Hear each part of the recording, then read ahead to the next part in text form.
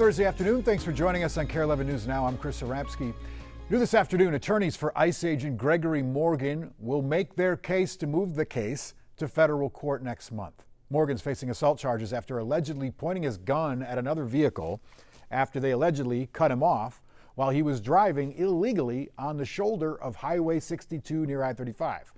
The defense says the case belongs in federal court because Morgan was acting within his federal authority and that Morgan was responding to a stressful situation that he did not initiate. Also have some major breaking basketball news today.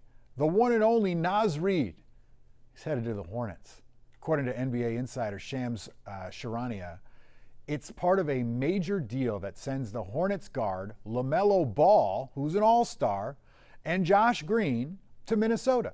The Timberwolves also giving up several draft picks in future drafts in the first and second round. That means the Timberwolves will have both the number 1 and number 3 picks from the 2020 NBA draft. Think of that. The year Anthony Edwards and Ball were both drafted. We'll be following this story all day long. We're waiting on reaction from Naz. We're waiting on reaction from the team and the GM. This is all just coming out. A lot of controversy out there. Can't wait to hear what more people think about it. Today, 2 adults and a juvenile are charged after a fire inside the vacant Metcalf Middle School in Burnsville. Police say they noticed broken windows and smoke coming from the building last night and people running inside. Those 3 people were arrested about 30 minutes later. The juvenile was released with charges. The adults were taken to the Dakota County Jail.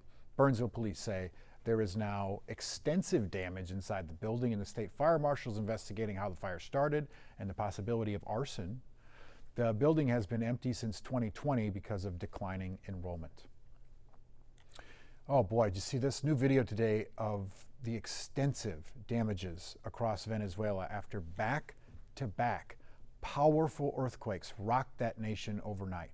At least 164 people are dead, hundreds more reportedly hurt. Right now, frantic rescue efforts are underway and pledges of aid are pouring in from around the world. NBC's Ana Vanessa Herrero reports from Caracas.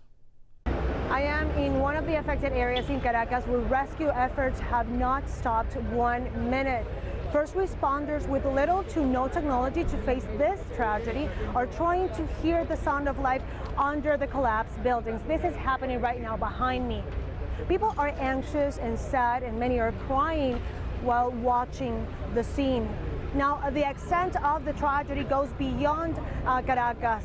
We know that La Guaira has been heavily affected. There is no vehicle access to the coast side of La Guaira, and reports on the ground show total devastation. Now, let me tell you, I am in a WhatsApp group special for those who are looking for their missing families, and I have to tell you that thousands of messages are coming in every hour.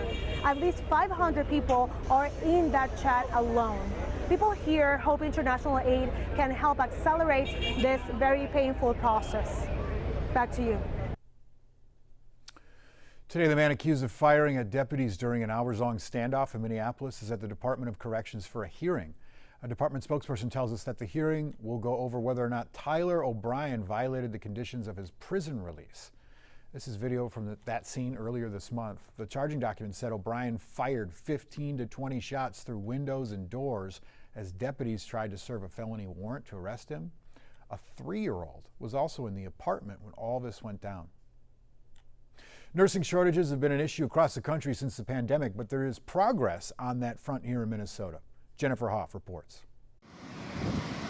A Masonic lodge, known for its symbolic ceremonies, being pinned by her sister Helena. Like the presentation of the pins for these new nursing graduates, including Kare Stokes. I raised 6 kids. I like taking care of people, and this was just the perfect fit for me. Stokes is one of 40 people about to enter a workforce experts say has seen its share of shortages spanning decades. U of M School of Nursing Dean Connie White-Delaney has seen firsthand. However, the shortage that we're experiencing right now is the most profound shortage I've experienced in my career. She says Minnesota is short some 30,000 RNs and nearly 6,000 LPNs. They are absolutely critical in assisted living, long-term care, and the shortage of the licensed practical nurses has actually really grown. The pandemic, retirements, and workplace violence all playing a role, leading, though, to new recruitment strategies, from school partnerships to full-time employment benefits for part-time jobs. New state data now showing nursing is rebounding since COVID, and that 40% of nurses are under 35 and 85% report being satisfied in their career. Kare has no doubt she'll be one of them as she now celebrates her next steps. I can't wait to start taking care of real-life patients. The graduate's next step, getting licensed, and officials here say they usually land a job within the next 3 months. In Bloomington, Jennifer Hoff, Kare 11 News. New today, oil prices falling to pre-war levels as the United States says shipments through the Strait of Hormuz are getting back to normal, but it could be a bit before gas prices begin to fall back to pre-war prices as well. Right now, the average across the country is $3.91 a gallon. It's down a penny from yesterday. In Minnesota, prices are slightly better, sitting around $3.67 a gallon, which is also down 1 penny from yesterday. Right now, 2 Somali American sisters say that they're ready to file a police report after a now viral TikTok video appears to show a Shakopee couple yelling at them. Take a look. I saw you go steal. Did I steal your money? You steal. So that video has nearly 2 million views on TikTok. The sisters say that they were leaving a home tour in Shakopee when the couple approached them and said, "We don't want you guys here," and accused them of stealing money.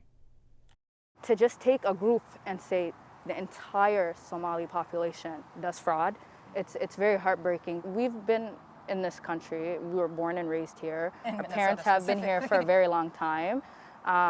We don't own any businesses. We are very hardworking individuals.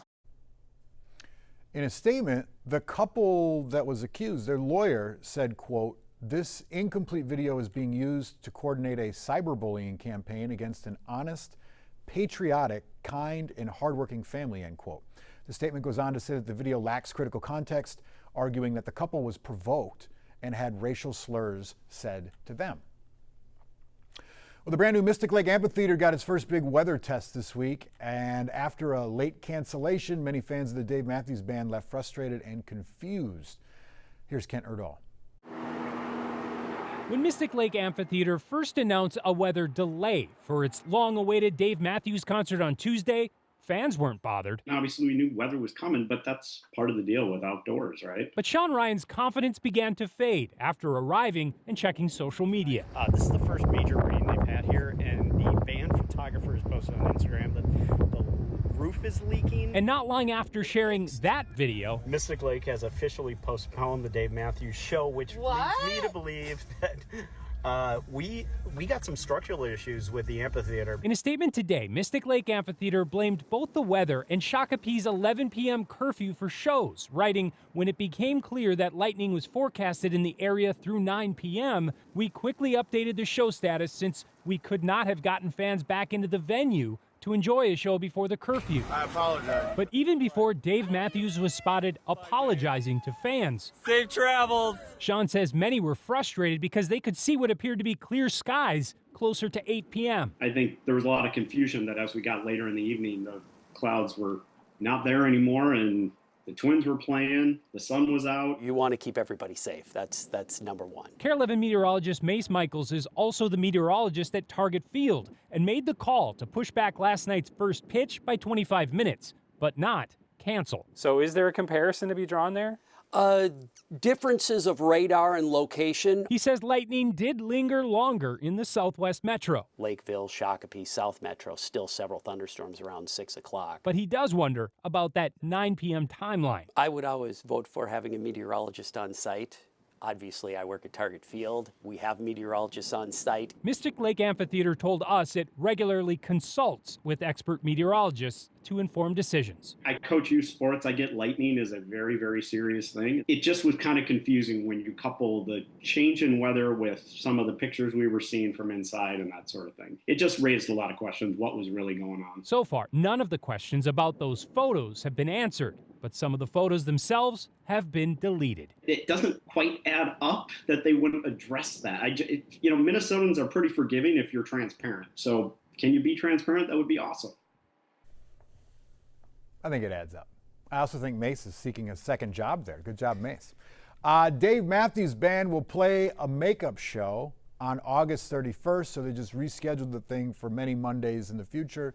And Sean says that he'll be excited to be there. It's unclear if a meteorologist will be there on site or available remotely. I'm almost positive that they'll do that. As you heard Mace say, from experience, that can make a big difference with how quickly things can change, especially when they also have to factor in that late night curfew.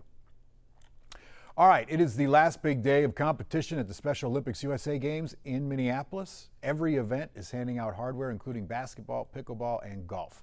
Minnesota's up to 49 gold medals so far. Wow. Tomorrow, there's just a handful of events and then the closing ceremony. Minnesota will pass the torch to the Ohio delegation as Cleveland will host the next USA Games in 2030. Stick with us. We got more news and weather coming up after the break.